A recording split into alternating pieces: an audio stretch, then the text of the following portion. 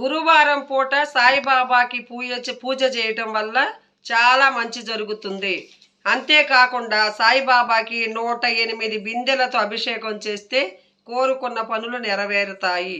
అలాగే గురువారం పూట కుక్కలకు ఆహారం వేయటం వలన చాలా మంచి జరుగుతుంది. గురువారం పూట పేదలకు అన్నదానం చేయటం వల్ల ఆర్థిక సమస్యలు తొలగిపోతాయి, ఆయుష్వంతులు అవుతారు. ఇలాంటి గురువారం పూట చేస్తే చాలా మంచి జరుగుతుందండి. గురువారం పూట అరటి పండు తినకూడదు. అరటి పండు తినటం వల్ల సమస్యలు కోరి తెచ్చుకున్నట్టే అవుతుంది. మహావిష్ణువును ప్రసన్నం చేసుకోవాలంటే మహావిష్ణువుని ప్రసన్నం చేసుకోవటానికి ప్రతిరోజు అరటి చెట్టును పూజించండి. అలాగే మద్యము, మాంసాహారము, వెల్లుల్లి ఇలాంటి ఆహారాలు ఆ రోజున తినకూడదు. నరదిష్టి పూర్తిగా తొలగిపోవాలంటే ఏం చేయాలంటే, నరదిష్టి ఉంటుందండి ఒక్కొక్కడికి పూర్తిగా, అది తొలగిపోవాలంటే ప్రతిరోజు స్త్రీలు తప్పనిసరిగా ఉదయమే స్నానం చేయాలి. అయితే తమపై ఉన్న దిష్టి తొలగిపోవాలంటే స్నానం చేసే నీటిలో వారానికి ఒక్కసారైనా ఉప్పు వేసుకొని స్నానం చేయాలి. ఇలా స్నానం చేయటం వల్ల వారిపై ఉన్న దిష్టి తొలగిపోతుంది. కళ్ళు ఉప్పు వేసుకొని మీరు స్నానం చేయండి వారానికి ఒక్కసారి.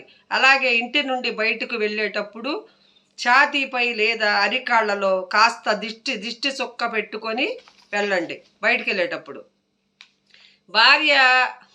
భర్త బయటికి వెళ్ళేటప్పుడు భార్య ఈ విధంగా చేస్తే ఐశ్వర్యం కలుగుతుంది.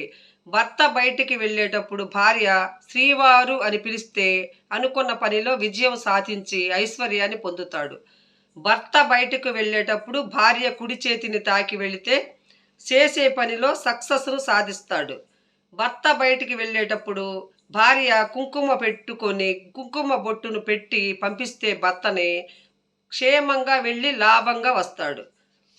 సూర్యాస్తమయం తరువాత పొరుగు వారి ఇంటి నుండి పెరుగు తేవటము, సాయంత్రం వేళల్లో ఇల్లు ఊడ్చటము, బీరువాలో దాచిన డబ్బులను నగలను పదే చూసుకోవటం, రాత్రి అన్నం తినిన తర్వాత ప్లేటులో కొంచెం అన్నం వదిలేయటము, రాత్రి పడుకునే ముందు డబ్బులు లెక్క పెట్టటము, ఇంటి ముందు తల్లకిందులుగా చెప్పులు ఉంచటము, తలపై అబద్ధపు ఒట్లు పెట్టుకోవటము. చాలామంది ఒట్లేస్తూ ఉంటారండి, అలా ఒట్లు వేయకూడదు. తల మీద పెట్టుకొని ఒట్లు పెట్టుకోవటము. ఈ అలవాట్ల వల్ల ఇలాంటి అలవాట్ల వల్ల దరిద్రం పడిద్దండి. దరిద్రం పట్టుకున్నట్టు ఇలాంటి అలవాట్లు కనుక ఉంటే. ఇంటి ముందు చింత చెట్టు ఉండకూడదు. ఇంటి వెనుక రేగు చెట్టు ఉండకూడదు. ఇంటి ముందుర చేదుడు బావి ఉండరాదు. ఉన్న ఊరిలో ఆడపిల్లను ఇవ్వకూడదు. అత్త సొమ్ము అల్లుడు దానం చెయ్యకూడదు. అల్లుడికి అప్పు ఇస్తే గనక అల్లుడిని మళ్ళీ తిరిగి ఇమ్మని అడగకూడదు. ఏటిగట్టున పంట వేయకూడదు. ఏమీ తెలియని గురువు పాదాలకు మొక్కరాదు. ఏమీ తెలియకపోతే గురువు అని పేరైనా కూడా ఆ గురువుకి ఏమీ తెలియదు. అలాంటి గురువుకి పాదాలకి మొక్కరాదు. మూర్ఖులతో స్నేహం చేయరాదు. నీ ఆర్థిక పరిస్థితుల గురించి ఎవరికీ చెప్పరాదు. ఇంటి గుట్టు ఇతరులకు చెప్పరాదు. నిన్ను నువ్వు తక్కువ చేసుకొని నీ గురించి ఎవరికీ చెప్పరాదు. నాటు బండపై నిలబడరాదు. పారే నీటిలో ఈదరాదు. అలిగి అక్క ఇంటికి చెడి చెల్లెల ఇంటికి వెళ్ళరాదు. నేను అదృష్టవంతురాల్ని. ఎందుకో తెలుసా? నేను ఎక్కడికన్నా వెళుతుంటే నేను వస్తాను నీతో పాటు. ఏదన్నా తెలియక చేస్తే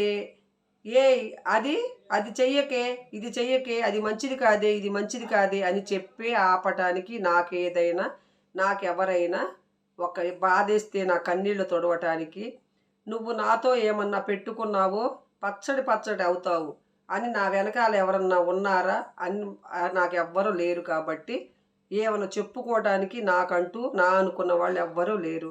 నిజంగా నేను ఈ విషయంలో చాలా అదృష్టవంతురాలను అనుకుంటున్నా. ఎందుకంటే అనేవాళ్ళు పెట్టేవాళ్ళు ఎవరూ లేరు నాకు. కాబట్టి 6 ఏళ్ల వయసులో తల్లిదండ్రులు లేకపోతే పిల్లలు ఎలా ఉండలేరో 60 ఏళ్ల వయసులో మీ తల్లిదండ్రులు కూడా మీరు లేకుండా ఉండలేరు.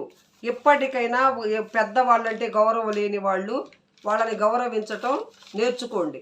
ఎందుకంటే పెద్దలు కూడా పిల్లల లాంటి వాళ్ళండి. అందుకని నేర్చుకోవాలి. ఇలాంటివన్నీ తెలియని కొన్ని పరిహారాలు ఏమన్నా తెలిసి తెలియని ఏమన్నా చెప్పినప్పుడు అర్థం చేసుకోండి. అర్థం చేసుకొని వాటిని ఎలా చేయాలో అది అలా ఉపయోగించుకొని మీకున్న నరదిష్టులు, మీకున్న బాధలు అవన్నీ తొలగించుకొని ప్రశాంతంగా ఉండండి. బాయ్.